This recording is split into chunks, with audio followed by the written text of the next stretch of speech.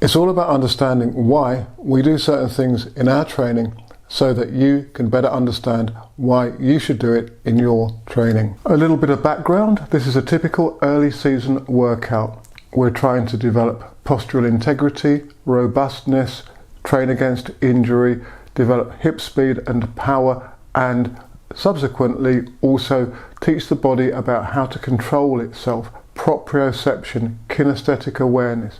So here we're using bars, and some of the jumpers and sprinters are using bands as well. And you can see that they're holding those overhead. Now, why are they doing that? Well, as I said at the beginning, it's to develop greater balance and postural awareness and stability. With the bar overhead, you're unable to use your arms to stabilize yourself. You've got to make sure that you're fully upright with the arms fully extended overhead, and we're holding good positions. I can identify where there's a potential weakness or an area that needs to be worked on in terms of balance. For example, it could be the ankle or it could be the hip, and I'll tell the athletes to try to focus on that region to stabilize their movement. A couple of the athletes are using bands.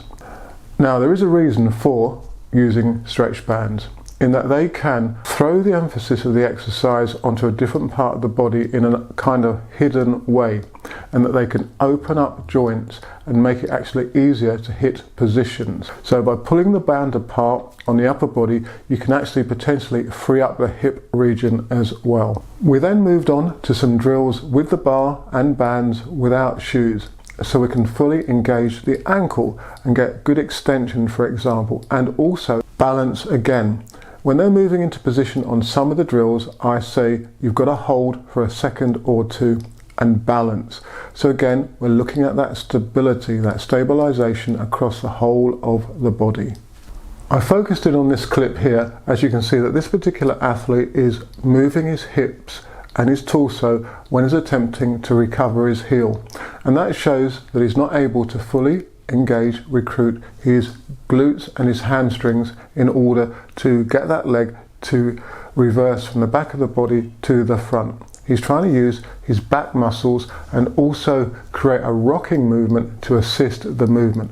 So there's a way of identifying an area of weakness, something that needs to be focused on by using the bar. Some of the other athletes are also wobbling a little bit. The objective is to engage the core, be firm here and work against it. Again, you can see some of the athletes losing their shape, pushing the hips forward, letting the bar come forwards as well. Now that's possible because they may be tight in their lats and therefore they're unable to fully straighten their body because there's these muscles here pulling them down. Therefore the arm cannot go straight overhead.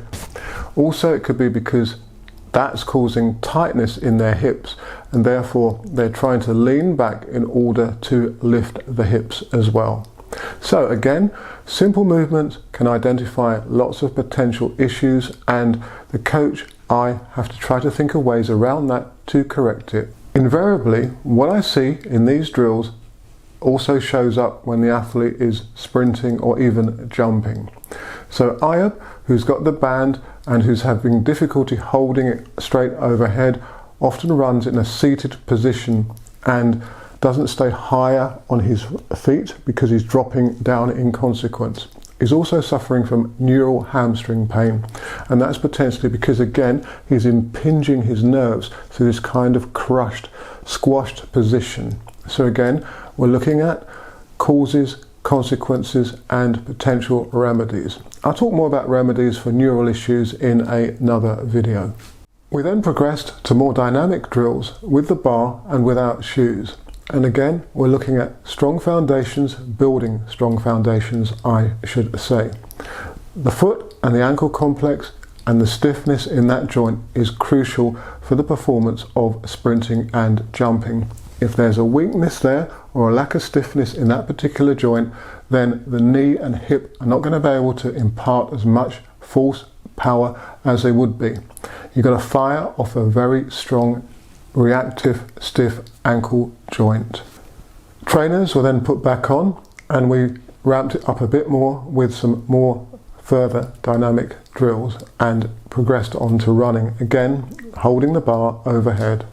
In this slow motion of the alternate skipping drill, Laura shows very good postural control and a positive swinging movement with the hips, in that a lot of her force is going where we want it, whereas there are other members in the group who are moving around and their force is being dispersed in directions that we don't actually want.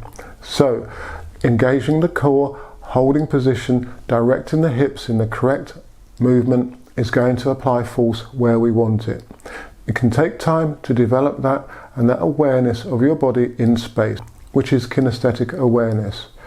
Proprioception, as I talked about earlier, is the body's internal self-righting mechanism. There are control mechanisms that protect and control the way our bodies move.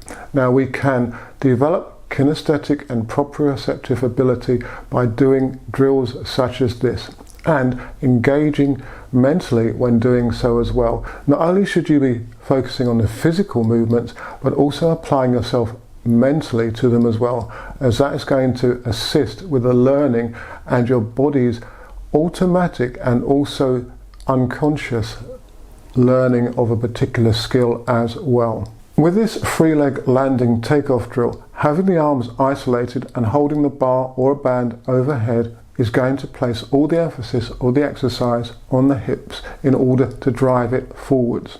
Although Ben here looks like he's doing the exercise relatively well, if you look closely, you'll see that he's kind of splitting more rather than driving fully forwards. And that's because his hip speed is not great enough to take him forwards. Hopefully that makes sense. You'll see with Abraham that he's better able to get more hip extension, forward movement of the hip. And that power and speed in the hip is driving his movements quicker.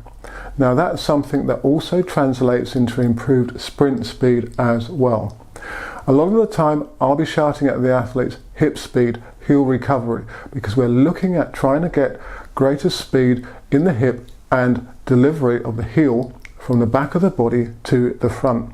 The faster that velocity, the faster the forward velocity.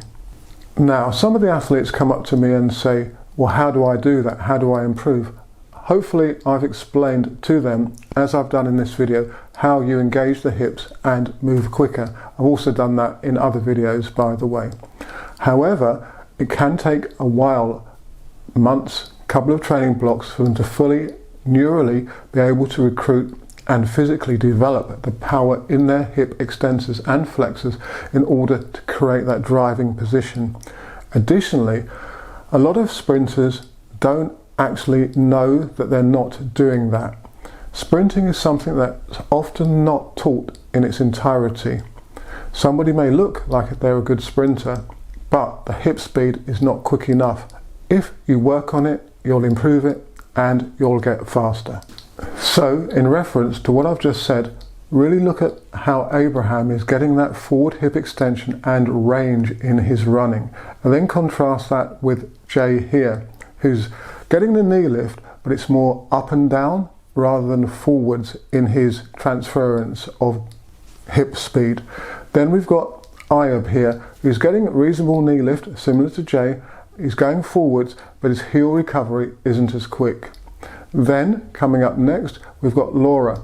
And this is exemplifying what I said about maybe looking like you're running particularly well, relatively well, but not as well as you could. So she's getting the knee lift, but the speed of the heel recovery isn't quick enough. So that's something that she worked on in this particular session, and it did improve with much more forward momentum coming from the drive of the hip. Reference what I've said also to yourself. See if you can think about whether or not you're getting forward extension of the hip and fast heel recoveries. Make sure that you're not moving too much laterally, that you're controlling your movements through your core. After we did those particular runs, up to about 95% over 30 meters, they then did 3 others without the bar, and the objective was to obviously translate what they did with the bar and bands, I should add, to unrestricted sprinting. The first exercises are also going to potentiate the latter exercises as well. So it's all about reinforcing movements potentiating movements and developing increased force production and power delivery in a better technical model. Hopefully the information here will help you, as I've said, improve your sprinting and your jumping, but crucially give you some insights and some added value into why I do particular exercises with my sprinters and jumpers. This is part of the phase 1 block of our training year. There are more detailed videos and the specific training plan in the Coach Athlete members area on the channel. So if you want to get access to those, head over to the channel's homepage, click on the membership tab and go to the Coach Athlete offering. If you have any specific questions on the subject matter of this particular video, or indeed any of my others, then do leave a comment in the section below or through my other social media.